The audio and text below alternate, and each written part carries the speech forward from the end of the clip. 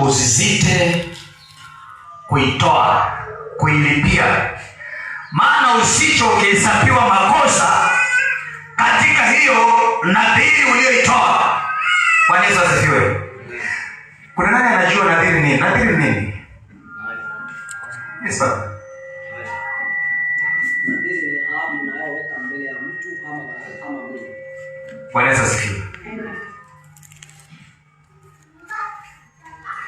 Nitakuza sehemu 3 kulingana na huo mstari.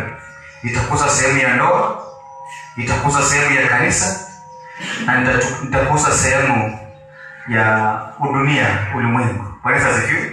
Hizo sehemu 3. So kama wewe uko kwa ndoa, kaa chini utulie. Utaona mahali ambapo upo. Na kama wewe ni mwana kanisa, kaa chini utulie. Utajiona mahali upo. Na kama wewe ni mwana dunia, pia tulia, utajiona mahali upo. Mstari unatuambia kwamba unapoweka nadhiri yako, weka nadhiri yako bila kuitoa. Bwana Yesu asifiwe. Tunazungumzia kanisa ambalo watu wameokoka. Kwa akili yangu sasa. Nasema sasa unaniona mimi? Ndio kila kitu. Ndio kila kitu. Utabaika. Utapitia. Hakuna siku utaniona utakuwa unalia machozi ya kucheka tu. Yaani kwa raha. Bwana Yesu asifiwe. Unapotoa nadhiri mbele za Bwana, usikose kuitoa. Itoa. Ulisema unampenda huyo bwanako. Toa hiyo nadhiri. Ulisema utampenda mkeo. Toa hiyo nadhiri. Usikose kuitoa. Maana hukumtolea mwanadamu, ulimtolea nani? Ulimtolea Mungu. Mimi nasema kwamba si kumtolea Mungu, niliambia Bwana. Maandiko yanatuambia kwamba Mungu alimuumba mtu kwa mfano wake. Unapoona mwanadamu unamuona Mungu ndani yake. Bwana Yesu asifiwe. Na hata kuna kitabu cha Zaburi kinatuambia kwamba sisi ni miungu hapa duniani. Haleluya. Kuku inapokuona, mbwa inapokuona, ng'ombe inakuona, mbuzi inakuona, inaona Mungu mbele yake. Bwana Yesu asifiwe. Unapotoa nadhiri mbele ya watu, mbele ya kanisa, ukiwa umelala, ukiwa unatembea, ukiwa ndani ya kanisa, ukiwa kwa umati wa watu, usikose kulipia. Maana iko na karama. Bwana Yesu asifiwe. Iko na karama itakutafuna. Hiyo tu ndio ilikuwa nataka utangulizi ya kwamba unapotoa nadhiri usikose kuitoa. Itoa. Kuna watu wawili ndani ya Biblia walioweka nadhiri mbele za Bwana. Mmoja ni mwanamke aliyeweka nadhiri mbele za Bwana, na mwingine ni mwanaume aliyeweka nadhiri mbele za Bwana. Na maandiko yanaambia kwamba kati ya hao watu wawili, mwanaume na mwanamke, wanawake hutoa nadhiri zao, lakini wanaume inakuwa shida kutoa nadhiri walizozitoa, walizozisema. Lakini kwa sababu ya Mungu utafanya aje? Utatoa, lazima utoe. Haleluya. Ndio Bwana niko hapa kwa ajili ya wanaume. Hata sihubiri kwa ajili ya wamama, ni wanaume tu. Kama wewe ni mwanaume kwa ndani ya nyumba, inua mkono juu. Wewe ni mwanaume kwa ndani ya nyumba, inua mkono juu. Haleluya. Ulioa, inua mkono wako juu kama umeoa. Amen. Haleluya. Nakesha chini mkono wako. Bwana Yesu asifiwe. Haleluya. Mmeona wenyewe umeona? Umeona? Kuna mama anaitwa Ana. Ana alipitia mambo mengi. Alitukana sana na mke mwenza.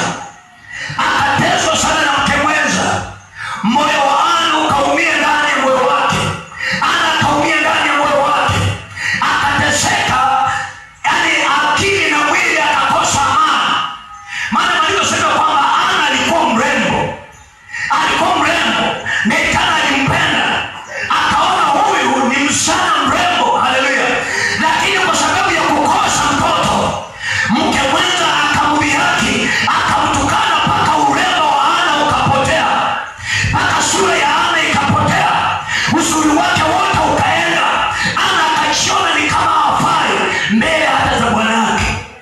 Bwana Yesu asifiwe. Amen.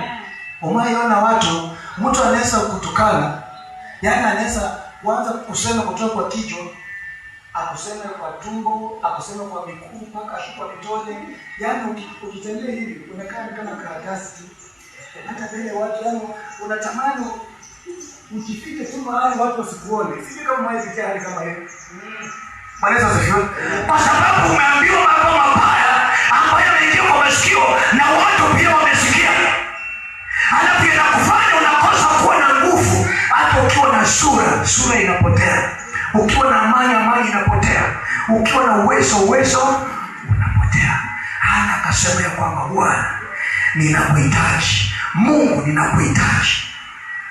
Na Bwana, hakika ukinitendea haja ya moyo wangu, ukanipa haja ya moyo wangu, ukanipa mtoto, na ile mtoto akiwa mtoto wa kiume, Mungu, ninaapa mbele zako kwa madhabahu haya, nitakutolea huyo mtoto kama sadaka ya kuteketeza kwa kanisa. Haleluya. Maana nasema ya kwamba na Mungu akasikia nadhiri ya Hana. Mungu akaisikia sana. Na Mungu akaiwekelea maana. Maana nasema kwamba wakati Hana alipotoka, akatoka kwenda kwake, Bwana akafanya mapenzi na yeye. Na usiku ule ule Mungu akajilia Samueli ndani ya tumbo la Hana. Haleluya. Mungu akajilia muujiza. Samueli akapatikana kwa tumbo la Hana. Asubuhi Hana anatoka, anajiona si yeye, akikanyaga chini. Yaani alikuwa mwepesi tu sana akitembea, lakini sasa anapokanyaga chini, yaani kuna uzito uliokuwa si uzito wa kawaida. Yaani uzito ambao unamshangaza. Akaenda kwa Bwana akamuuliza, maana ninakuwa mzito? Akamwambia, wewe si mzito, maana umebarikiwa. Haleluya. Na Hana akawa umebarikiwa. Wakati ule Hana alipoona ile mtoto, ile baraka kwa mikono yake, akakumbuka ya kwamba nilimtolea Bwana nadhiri ya kwamba atakaponipa mtoto wa kiume, amenipa mtoto wa kiume, nitampelekea Bwana hekalu. Bwana asifiwe. I think hiyo ndio ilisababisha Hana akaandikwa kwa vitabu vitakatifu, kwa sababu ya kujitoa, kupeleka kanisani, kupeleka kwa hekalu, kupeleka kwa madhabahu.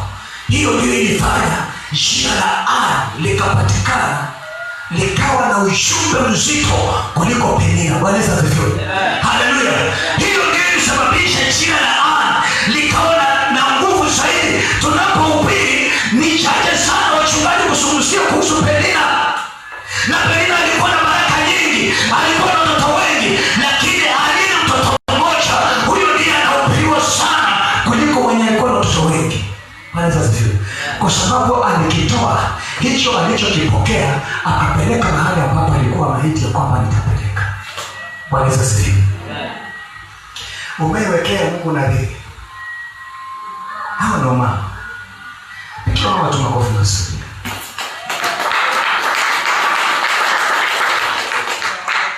Hao ndio mama. Wamama ni watu ambao Mungu anawatendea maajabu kwa sababu ya mioyo yao, kwa sababu ya uzuri wao, kwa sababu ya kutendewa kwao, imani yao. Yaani wamama, Bwana asifiwe. Ningelikuwa MCA wa kupeleka watu mbinguni, watu ningepewa tikiti za kwenda mbinguni wa mama. Ningepewa tikiti na wazee tu wawili hapa ndani.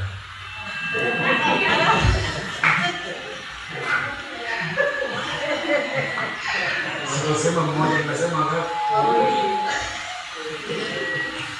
Wazee tu wawili hapa ndani.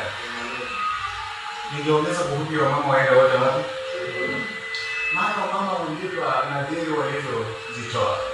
Unaweza pata mama aliapa ya kwamba nitakuwa mwaminifu hata kama ni kwa njaa, hata kama ni kwa mahangaiko, kwa mateso, mimi nitabaki tu kuwa mwaminifu. Anapooleka, alioleka kijana tu mzuri ambaye si mlevi.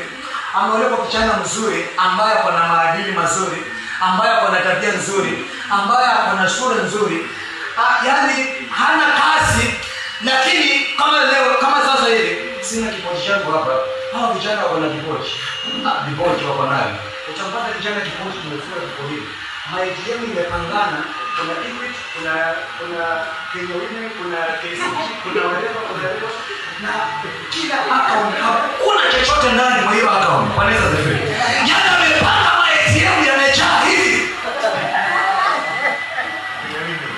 Sasa mtoto wenyewe akiona akana mwenye mapaji karibu matano, yaani matano ya pende, kuna Equity, Kenya Women, kuna KCP, kuna Commercial, kuna mpaka Stanbic. Huyu sikagalaja, kumbe hana chochote. Bwana Yesu asifiwe. Sasa wakati anapogundua ya kwamba huyu alikuwa tapeli, alikuwa mtu wa kunitesa, alikuwa mtu wa kunihangaisha, mama anakumbuka nadhiri aliyoitoa wakati ule anapokutana huyo kijana. Anasema ya kwamba nimesema nitakuwa mwaminifu kwake, wacha nikapaki tu mwaminifu, hata kama ametokea mbele, mimi nitapaki tu kwa mwaminifu, hata kama ametokea kuwa anateka watu, anapika watu, ngeta kula ishe, mimi nitakuwa tu mwaminifu, hata kama atakuwa na wanawake wengine, nitakuwa tu mwaminifu. Yeye ni Bwana yangu. Wamama wanastahili kupewa pongezi. Bwana Yesu asifiwe. Wamama wanastahili kupewa pongezi, maana wanalipa nadhiri walizozitoa. Bwana Yesu asifiwe. Lakini shida iko kwa wanaume. Kuna mwanaume anayeitwa Jafet. Aliambia Bwana, akaambia Mungu, akasema ya kwamba Bwana, ninavuka naenda ng'ambo ile kwenda vita na Waamoni, maana wale Waamoni wametutukana sana. Bwana, ukinipa mkono wa Waamoni, ukanipa hao watu, ukanipa hao watu kwa mkono wangu, nikaua kwa upanga, wakaenda kaporudi, chochote kitakachotoka kwa nyumba yangu. Sikia ile Jafet anaposema, kile kitakachotoka kwa nyumba yangu kuni yake, nitakutolea kama dhabihu ya kuteketeza, sadaka ya kuteketeza. Haleluya. Na Jafet akaenda vita, akapigana vita. Mungu amesikia, akamshikisha wana wa Amoni kwa mikono yake, na Jafet akapigana nao, akaua kwa upanga, akaenda mji baada ya mji, akaua watu kwa upanga, watu wakakufa. Wakati alipokuwa anarudi nyumbani, anashangilia. Maandiko yanasema ya kwamba alipokanyaga tu kwa keti ya compound yake, aliyetoka kwa nyumba yake kuja kumlaki ni mtoto wake. Mtoto wake wa kipekee. Jafet hakuwa na mtoto mwingine, alikuwa ni huyu mtoto wa kipekee, mtoto wa kijana. Jafet akasema, moyo wangu atararua basi yake, maana amekumbuka nadhiri aliyoweka na Mungu. Bwana Yesu asifiwe. Licha kuwa amekumbuka nadhiri aliyoweka na Mungu, lakini hata kuitoa Jafet hakuwa tayari kuitoa. Bwana Yesu asifiwe. Wanaume mwokoke, wanaume mwokoke. Yesu anaongoza na anawataka sana, anawapenda sana na anaongoza. Anataka muokoke, mpende jamii yenu jinsi unavyojipenda, penda mkeo jinsi unavyojipenda, penda mkeo jinsi unavyojipenda. Bwana Yesu asifiwe. Hiyo ndio ibada Mungu anataka. Anataka utoe nadhiri ulioahidi mbele za Bwana. Wakati unapoongea na yule mke, unaongea na kama yule msichana ni mke wako, unamwambia kwamba hautateseka, hautalia, hautafanya nini, hata yame wewe, hata hakuna na mtoto wenyewe anakuangalia kwa macho, anaona hii nimepata mtu hapa. Jamani, ukikosa kulipa, ukikosa kutoa nadhiri, jamani. Bwana Yesu asifiwe. Amen. Niwe nasemanga wasema, nasema kwamba vijana ambao wako ndani ya hili kanisa, yaani hamna bahati. Vijana wa kiume hamna bahati, unless mmoja alafu ndio kanisa moja. Lakini wakaa ndani ya hili kanisa, yale utaka yaweka mbele ya mke wako, na huyo mke wako, Bwana Yesu asifiwe, utayalipa hapo, utayalipa. Maana mimi wewe nayalipa. Haleluya. Mimi wewe nayalipa. Kitu ambacho mimi nasema kwamba siwezi nikalipa. Wakati ninapooa mke wangu, nilikuwa na kauli kidogo, nilikuwa na mwili kama mwili kidogo, nilikuwa na mwili kama mjambo anajua, nilikuwa naishi makanisa, nilikuwa na shule naenda nao hivi. Haleluya. Si kwamba mimi siwezi. Haleluya. Bwana Yesu asifiwe.